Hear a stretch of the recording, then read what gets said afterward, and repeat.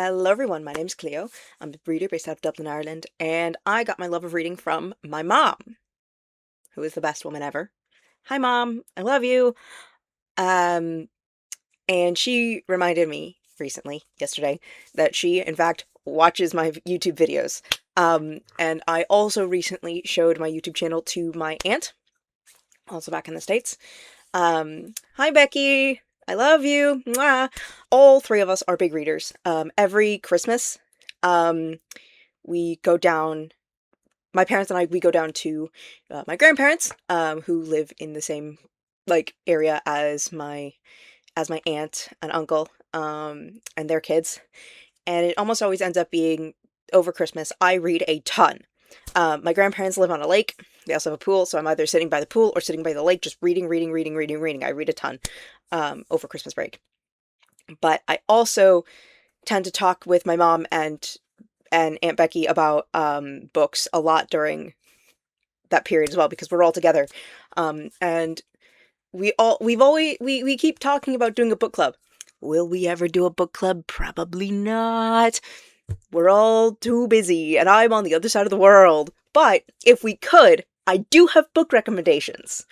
So, today, here are 7 books that I think my mom and my Aunt Becky should read if we could do a book club. These are books that I haven't read as well, so these are books that I would like to do in a dream world, a book club with my mom and my aunt. Let's get started.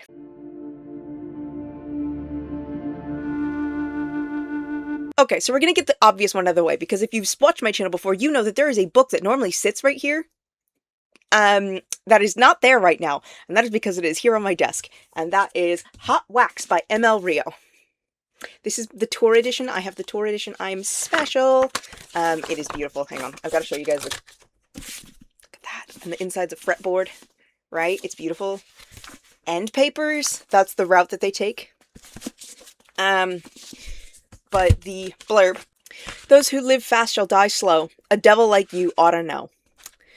Summer 1989. 10-year-old Suzanne is irresistibly drawn to her father's world of fast cars and electric guitars.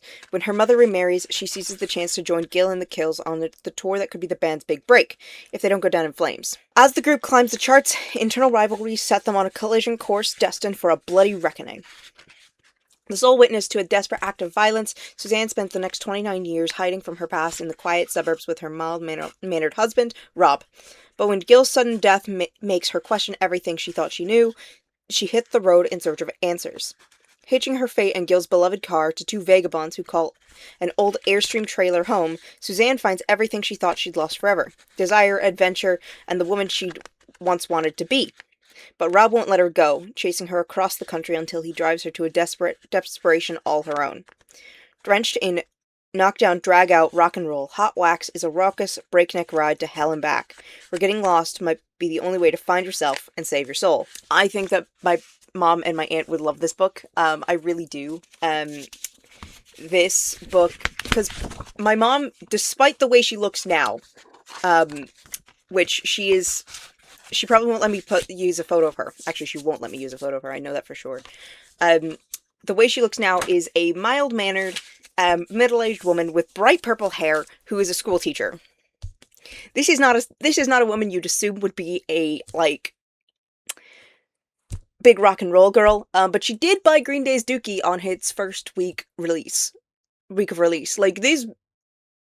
This woman is punk. No matter what she will tell me, or she will tell you, she is punk. She is punk as fuck. And so, I think she would love this. And for Becky, so, my mom's brother is how Becky is related to us. She's his wife. My mom's brother, is a huge, metal fan and rock fan. He has a bunch of, records. He knows everything about their history, all that kind of stuff. And so I really think that this would be a very, fun thing that she would, have some sense of understanding of via osmosis, by virtue of being married to Jason. I think she'd find it interesting, in that regard. And again, I suspect Becky is more punk than she lets on. I suspect Becky is more punk than she lets on. Um, so I think that, like, this backdrop of, like, 80s music and rock and roll would just be very, very, like, fitting for them both. Also, these characters are, like, their ages. Um, both Mom and Becky were born in the 70s. So they would have been around 10 in 1986. Give or take a few years. And so I really think that having a character who is, like, their age and going through, like, a midlife crisis, and has, like, there's a ton of rock and roll involved, I think is something that they would both find really fascinating and really, like, familiar in that regard. Um, so I really think that they would like this book. I also think I would like this book because I also like 80s rock. And I also think that I also think that there's going to be, like, an element of true crime to this, which I think would be just deeply fascinating to me. An episode, like, an element of, like, crime novelty-ness to this that I think is going to be just delightful. ML Rio is a lovely person. She was so nice. She was so nice. This is signed because, again, I met her at her tour stop in Dublin, and she's just the loveliest. I really think that they would like this. I really want to read it. Next up is actually another ML Rio book, and this is a recommendation from Dylan, but I think that my mom and Becky would also like this book, and it's If We Were Villains. This is I've not read this. Dylan gave this to me annotated a couple years ago for Christmas, and it's also been signed. I've got a note from Dylan in there, and the signature. It says no election to do it. Ditch on it because it's, for Christmas. It was a Christmas gift, but he copied all of his annotations from his copy over into mine. And so this has all of his original annotations in it. He just copied them over from his copy. So this is, like, one of the sweetest birthday gifts, the Christmas gifts I've ever been given. This is the best gift I've ever been given in my life.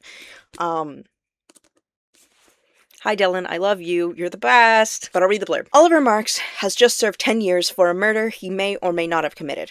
On the day of his release, he is greeted by the detective who put him in prison. Detective Colborn is retiring, and he wants to know what really happened a decade before.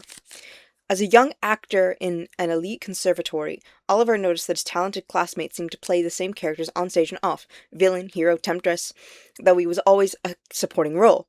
But when the teachers changed the casting, a good-natured rivalry turns ugly and the play spilled dangerously over into real life. When tragedy strikes, one of the 7 friends is found dead. The rest face their greatest acting challenge yet, convincing the police and themselves that they are blameless. Again, sort of, like, in that, like, dark academic crime, like, murder mystery kind of, like, vein. Both my mom and Becky really like crime novels. I mean, Becky current, no. So Mom mailed my copies of the Thursday Murder Club series to Becky. Becky then gave them to my grandma, who also wants to read them. Or she gave a couple of them to my grandma. I will get them back from one of them at some point. But, like, both Mom and Becky really like murder mysteries and stuff like that, and, like, crime novels. So I really think a book like this would be very fun. This also involves a lot of, like, literary, like, stuff, like Shakespeare and all that kind of stuff, which wouldn't exactly be any of our, like, areas of expertise necessarily. But my mom reads a ton. So I know that she's read a bunch of, like, the literary books that, like, would have come up through here. My mom is a reading fiend. I don't understand how she does it, but I really think that this would be a book that all 3 of us would like, because, one, I mean, Dylan has recommended this to me, and has taken the effort to put all of his annotations in here. Like, that's dedication.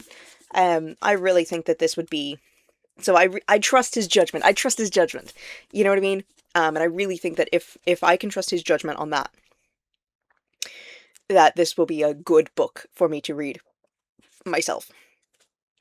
I also think that the sort of setting and the, like, post getting out of jail for a crime you maybe did or didn't commit, I think that is, like, a fascinating, like you've done your time.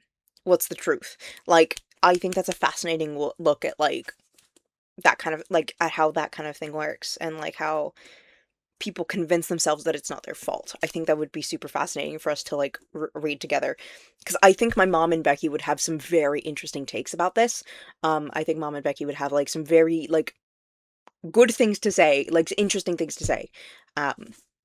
So yeah, If We Were Villains by ML Rio. So yeah, that's 2 ML Rio books on this list. I feel like very, like, a dark academic crime novel, these dark academic crime novels with very specific settings, like, very specific, like, thematic settings of a road trip and rock and roll, and you've already, like, done your time. There's double jeopardy as has attached. What is the truth? There is no further punishment that can be done. You've done your time. Double jeopardy is attached.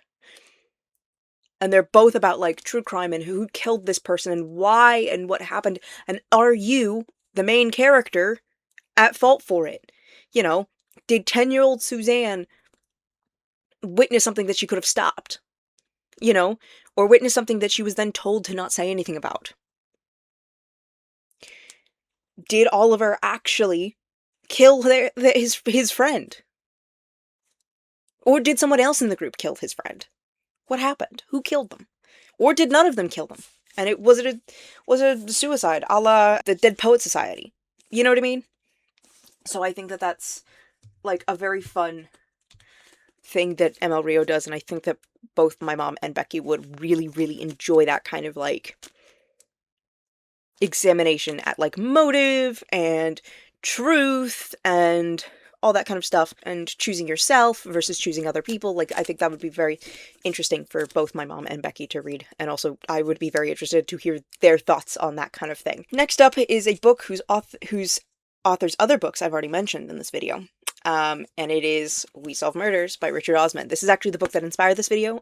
We actually specifically said that we would do a book club of this. We have not yet done that. I don't think Mom or Becky have read this yet. We all have a copy. We all have a copy. Becky gave my mom a copy. I have this copy. And then I think Becky also has a copy. Or Becky might have read this. I think did Becky give Mom the copy that she read? I can't remember. But let's assume Becky hasn't read this. If she has, you're rereading it, Becky. You don't get a choice. We all love Thursday Murder Club. All of us. I'm currently on the 5th one. I'm reading the 5th one. I left my physical copy at home with my mom, and then that has been mailed off to Becky and now given to my grandma. I don't know. It'll get passed around the family and somehow come back to me. It's fine. I think that it's funny how it's just played like fucking musical chairs with my books. But I'll read the blurb of this. A new detective duo, a shocking series of murders. Welcome to a world of trouble. Solving murders. It's a family business. Steve Wheeler is enjoying retired life. He does the odd bit of investigation work, but he prefers his familiar habits and routines. The pub quiz, his favorite bench, his cat waiting for him when he comes home. His days of adventure are over. His adrenaline is daughter-in-law Amy's business now. Amy Wheeler thinks adrenaline is good for the soul. As a private security officer, she doesn't always stay still long enough for habits or routines. She's currently on a remote island keeping world-famous author Rosie D'Antonio alive, which was meant to be an easy job. Then, a dead body, a bag of money, and a killer with their sights on Amy have her sending an SOS to the only person she trusts. A breakneck race around the world begins, but can Amy and Steve stay one step ahead of a deadly enemy? So, my mom and Becky are obviously sister-in-laws, and I think a book about in-laws solving murders together is very fun. I think they would both like this a lot. But also, like, the idea of, like, solving murder as a family, like, business, I think is just delightful. And also, we all know that all three of us like Richard Osman's, like, writing style, because we've all read Thursday Murder Club books, and we all love them. So I really think this would be fun, and I think it would be funny, and I think it would be a pretty fast read for all of us, or at least for me, because I inhale his books when I'm, like, reading them physically. I'm just, like, they just go away. Like, it's crazy. They disappear. So I really think that this is the kind of book that, obviously, we would inevitably end up reading anyway, and I think that it would be fun to read it together, or at least have a like nice little discussion after we've all read it. Yeah, that is We Solve Murders by Richard Osman. Next up is a book that is a bit in the zeitgeist right now, but I have always thought that my mom would like this book, and I've had this book for years before it's entered the zeitgeist because of the film that came out recently, and that is Hamnet by Maggie O'Farrell. This is an old ass copy. This is like one of the original like tall paperbacks. Let's see. Does this say when it was printed? It might. It was before the small paperback was out, so this is from like 2020. I did get it secondhand in like 2022, but also like I've had it since like 2022. And obviously Hamnet is really in the zeitgeist right now because of the movie that just came out, which I do want to watch. But I have always thought that my mom would like this book, and I really think Becky would also like this book because I think that, again, so my Uncle Jason is a history major, and I really think that, and while he doesn't specialize in this particular type of history, I do think that this kind of like historical fiction like would be something Becky might be interested in via osmosis of having married someone with a history degree. Let me read the blurb. On a summer's day in 1596, a young girl in Stratford upon Avon takes to her bed with a fever. Her twin brother, Hamnet, searches everywhere for help. Why is nobody at home? Their mother, Agnes, is over a mile away in the garden where she grows medicinal herbs. Their father is working in London. Neither parent knows that one of the children will not survive the week. Hamnet is a novel inspired by the son of a famous playwright. It is a story about the bond between twins and of a marriage pushed to the brink by grief. It is also the story of a kestrel and its mistress, a flea that boards a ship in Alexandria, and a glove-maker's son who flouts convention in pursuit of the woman he loves. Above all, it is the tender reimagining of a boy whose life has been all but forgotten, whose name was given to one of the most celebrated plays ever written, because Hamlet was named after Hamnet. Because Hamlet was written after Hamnet. Spoilers. Died. And it's just that kind of tragedy, like, because Shakespeare was so distraught that he named his tragic hero after his son, because he couldn't let him go. But that's also why Hamlet dies at the end. Because Hamnet died. Despite it all. But I do think that this is, like, something that, like, I will go into it having known that, right? And now Mom and Becky will have as well, because I have just told them. Sorry. But I really do think that this kind of historical fiction is right up both of their alleys. I know my mom likes historical fiction a lot. She always buys like a historical fiction book whenever we go somewhere or go to a museum. She always finds like some historical fiction book to like pick up. I think Becky will like this because it's so I have 3 cousins in that chunk of the family, and I think, and again, I don't know how the sibling relationship goes in this book, but I do think Becky will find something like rewarding and satisfying in that because of, my 3 cousins and stuff like that, and like find something like rewarding in that sense. But I also think it's just a good story, a tragic one, a really sad one. But I do think that they will both really like it for like a myriad of reasons. Mom, because she likes historical fiction. Becky, because I think there will be something rewarding in that sibling relationship. That's such a main feature of this book, and I will like it because I like Shakespeare. It's also the winner of the Women's Prize for Fiction in 2020. The 2020 Women's Prize for Fiction. So, and of course the movie came out recently as well, and I know that they'll want to watch it because of that. Yeah, I got it for €7 in Books Upstairs in 2022. Worth it. I really think that it'll be something, it would be a book that they would like in that regard. I do think it would make us all very sad, though. So that is something we'd have to prepare for. So that's fun. But yeah, that's Hamnet by Maggie O'Farrell. Okay, this next book is the last of the sort of like more literary fiction-y kind of things. And then I'm going to go into a genre that neither of them really go for, but I really go for. So I've tried to find a couple of books that like fit that style that they might like. So, but this is the last of the like literary books, and it is Ordinary Saints by Niamh Ní Mhaoilinn. I've been raving about how much I want to read this book recently. It was shortlisted for the Women's Prize in 2025 under the like Discoveries. This is a signed copy. It was 2025, right? Yes. It is longlisted for the Dublin Literary Award for 2026. It was shortlisted for the Waterstones Debut Fiction Prize. It was a Radio 2 Book Club pick. And then Niamh na Moilim is the winner of the PFD Queer Fiction Prize. And this book might be the winner of it as well, but I'm not quite clear on that. It's not super clear from where it's put here on the back, but I think that means that this is... I don't know if it means the book is or Niamh is. I don't know. I'm going to read the blurb and then I'm going to explain why I think they'd like it. Can you imagine it? Can you imagine me there in the front row at St. Peter's Square, the lesbian sister of a literal saint, brought up in a devout household in Ireland? Jay is now living in London with her girlfriend, determined not to think too much about either the future or the past. But when she learns that her beloved older brother, who died in a terrible accident, may be made into a Catholic saint, she realizes she must at last confront her family, her childhood, and herself. And the, hook quote at the front here is, "The first time I kissed a girl, my brother died." So that feels suitably shocking.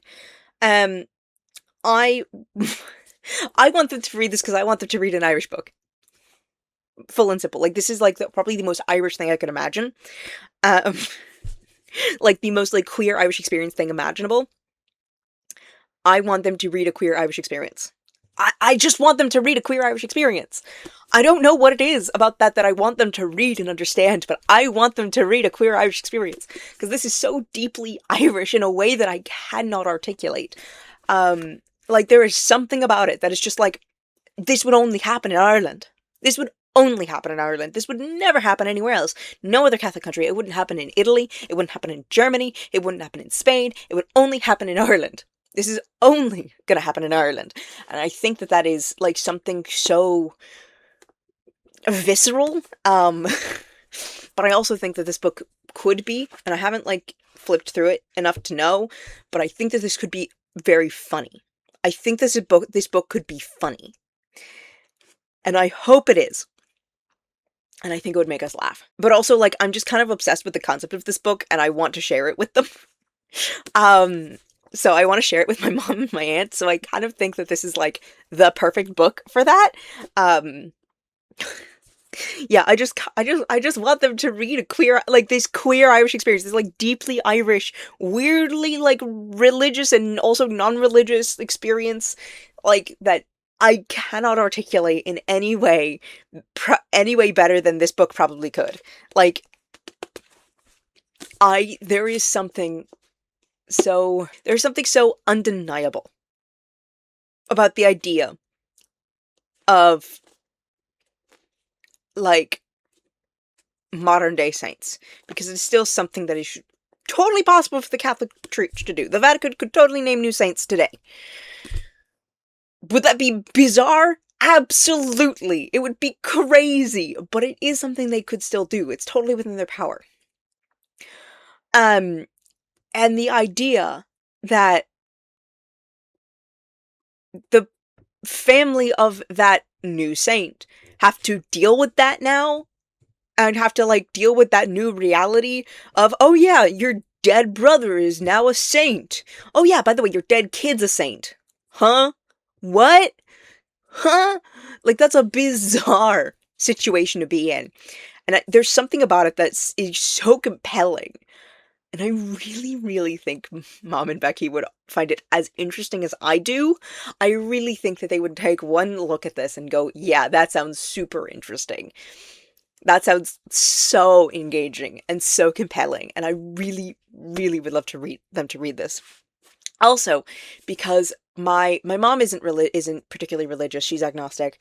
I'm not particularly religious. I'm somewhere between atheist and agnostic.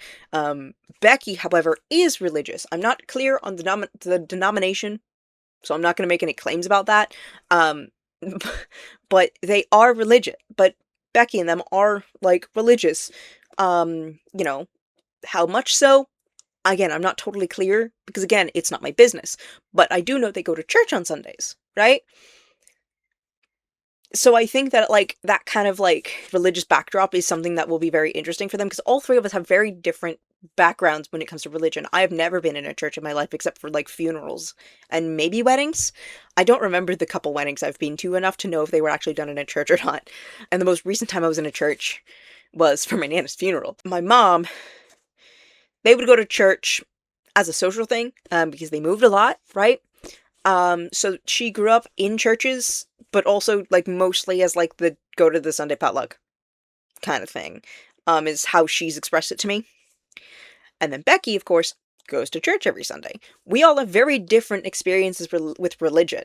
I also think that I'm queer. I have a very different view of religion than either of them will, because my life is directly impacted by religious political pundits and religious, like, political lobbying.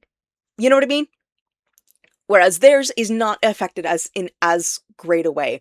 Totally still is, please see Roe v. Wade, but not as directly and not as, like, inherently violently. You know what I mean? So I think that all three of us have very different views on religion in that regard, and very different views on, like, how we, like, our, like, snap thought, like, our like, initial thought on religion is going to be very different. And I think that that would be very interesting to see how that, like, sort of, like, impulse thought that we all have about religion that is going to be wildly different between all of us, would be very interesting to see how that colors our reading of this, and also very interesting to see how it, like, shapes the way we view this book. I think that that is going to be, like, a fascinating concept. So yeah, that's Ordinary Saints by Niamh na Mhoileann. And now I'm going to suggest a couple fantasy books, which my mom doesn't go in for a lot of fantasy very much. She reads a lot of literary, a lot of historical, a lot of crime. Becky, I also don't think goes in for very much fantasy, as far as I'm aware. Again, I think she goes in for a lot of crime and stuff like that. So, you know, but I wanted to try two books that I thought would be very, like, literary enough, you know, or contain themes and, like, plot lines that I think that they would find entertaining. So, one is a Dylan recommendation, so we're going to start with that one. And that is The Left-Handed Booksellers of London by Garth Nix. I'm going to read the blurb of this, and then I will explain it. In a slightly alternate London in 1983, Susan Arkshaw is looking for her father. Crime boss Frank Thringley might be able to help her, but Susan doesn't get time to ask Frank any questions before he's turned to dust by the outrageously attractive Merlin.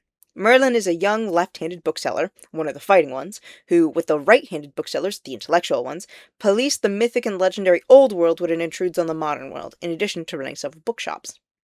Merlin has a quest of his own, and quickly finds it overlaps strangely with Susan's. Who or what was her father? Susan and Merlin must find out as the old world erupts dangerously into the new. There is a second book that's come out recently, which I think is The Right-Handed Booksellers of Bath. Which I want to read that one as well, so I want to read Left-Handed Booksellers. This is obviously a fantasy novel, but I do think that this, like, that this is, like, somewhere between, that this, like, has, like, a lot of the plot beats of a crime novel, you know, which I think would be very fitting for both of them. There's an element of, like, historicalness to it because of the fact that it's set in London in 1983, which is 43 years ago. Oh, time. What is time? That's horrifying. It's an interesting, like, magic system concept. You know, right-handed and left-handed booksellers doing different things. Left-handed booksellers fighting things, and right-handed booksellers being, like, nerds. Like, I think it's a very interesting, like, kind of concept. And the idea of, like, the old and the new, like, merging together, and, like, having, like, Merlin, who is ingratiated in this, like, world already. He already knows everything there's to know. And then there's Susan, who has no clue what's going on, you know, and has never been seen the old world before. I think that'll be very good for them in regards to, there's going to be probably a lot of explaining of the magic system and the world system in this, because Susan doesn't know what's going on. Which means Merlin has to explain stuff to her. Which means the reader gets nice explanations. I think that there's something about that will be particularly, like, accessible for them, considering I don't think they read a lot of fantasy, or if they do, it's certainly not their preferred genre. So I really think that a book like this would be a really good, like, because I love fantasy a lot, right? fantasy is my favorite genre, and so I really think this would be a great way of like getting to read, like getting to share a bit of my favorite genre with them. I have another book here that will allow me to do the same thing, and that is because this is kind of a classic in the fantasy genre, and it is Earthsea by Ursula K. Le Guin. This is specifically the first 4 books of Earthsea, but we only necessarily have to read the first one, which is A Wizard of Earthsea. But this has A Wizard of Earthsea, The Tomes of Atuan, The Farthest Shore, and Tehanu. If we read The Wizard of Earthsea together, I would love that. So I'm gonna read the blurb, and I'm gonna like sort of explain a bit about like Ursula Le Guin. Ged is but a goatherd on the island of Gaunt when he comes by his strange powers over nature.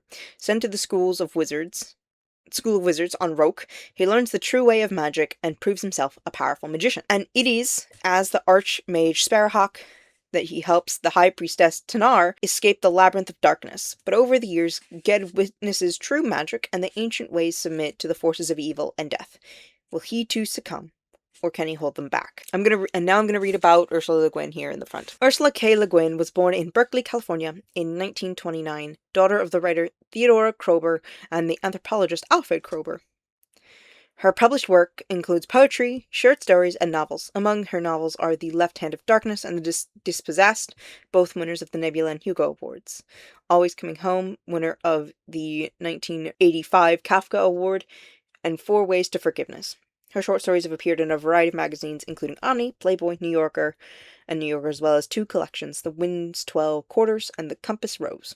Her novels, A Very Long Way From Anywhere Else, and The Eye of the Heron are particular favorites among younger readers. So that's here a little bit about Ursula Le Guin from this. I will pull up her Wikipedia page as well. Ursula Le Guin is considered like sort of a classic. She's a classic fantasy writer. I don't think she's quite Tolkien level in like considered a classic fantasy writer, but she's up there. Like it's Tolkien and then Ursula K. Le Guin. Like it's like they're up there. Like it's you read Tolkien and then you read Ursula. Like they're up there. I'm gonna pull up her Wikipedia page, and I'm going to tell you a bit about her life. Also, the K stands for Kroeber, which is her parents' name, which makes sense, because that was her maiden name. Okay, so I'm gonna read from the Legacy and Influence section of her Wikipedia page. Le Guin had a considerable influence on the field of speculative fiction, fantasy, sci-fi, horror, paranormal, that kind of thing. Jo Walton argued that Le Guin played a large role in both broadening the genre and helping genre writers achieve mainstream recognition. Here we go! She is sort of the grandmother or the mother of modern fantasy because she allowed it to become so mainstream. The Earthsea books are cited as having a wide impact, including outside the field of literature. Margaret Atwood, The Handmaid's Tale, considers A Wizard of Earthsea one of the wellsprings of fantasy literature, and modern writers have credited the book for the idea of a wizard school. The notion that names can exert power is a theme in the Earthsea series. Critics have suggested that this inspired Hideo Miyazaki use of the idea in Spirited Away. And she has a prize announced, named after her, the Ursula K. Le Guin Prize, which was established in 2022. And I'm actually going to look at this. This might be a future video for me if they've got a short list up. They have the selection panel up. Okay, the nomination period has just ended. It ended on March 31st. So we don't have a short list for this yet, but we will get a short list because they have a short list for the last few years. And these are all like very recognizable books to me. I'm looking at 2025. These are all books that I've seen, even if I've not read them.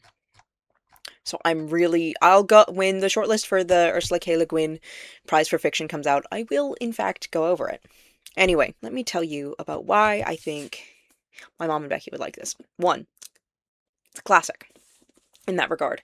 2, at least in this copy, the first book is 160 pages long. It's not super long, which I think could be helpful considering neither of them really read a lot of fantasy. I am a bit worried that it could be a bit dense, like, information-wise, like a lot of fantasy is for them, but I have faith in them. I have faith in their ability to remember things. So I really think that, like, reading like a sort of classic that like shaped the genre into what it is today is something that I think everyone should do. And I know that they don't read a lot of fantasy, but I do think that it would be of a great benefit if they did read at least The Wizard of Earthsea. I think that would be definitely worthwhile, because again, it is a classic, and I think that that is some, and it shaped the genre as it is today. So I really think that that's kind of the thing that, you know, is it's worth reading, even if it's not a genre you enjoy. So that would be The Wizard of Earthsea by Ursula K. Le Guin. With all that being said, that is my 7 picks for a book club with my mom and my Aunt Becky. Have you read any of these books? Do you have any other book recommendations for me, my mom, my aunt, that you think they would like based off of what I've told you about their taste with these books? Please leave those recommendations in the comment section below. This is so heavy. My hand is shaking. Please leave those in the comments below. Because I am always looking for new books to recommend to my mom and to my aunt, and also always looking for new books to pick up myself. Do you think we should actually try to have a book club? I know I want to. Mom, Becky, I know I want to have a book club. It's just such a shame that we never organize it. I am being a little shit. But have you read them? Read these? Do you have any other, like, suggestions based off of what I've told you about my mom and my aunt's tastes? Any other video ideas for me? And would you be interested in seeing me go over the Ursula K. Le Guin prize for fiction when the shortlist comes out? This is a rhetorical question. You're going to watch it, because I'm going to make that video. Sorry. But yeah, please like, share, subscribe, leave a comment below, do all the YouTube things, you know, the things. And to my mom and my Aunt Becky, so you have a book list now. I'm expecting to hear back soon that you are picking at least one of these books up. Alright? Good. And for everyone else, I hope to see you again next time. In the meantime, ta!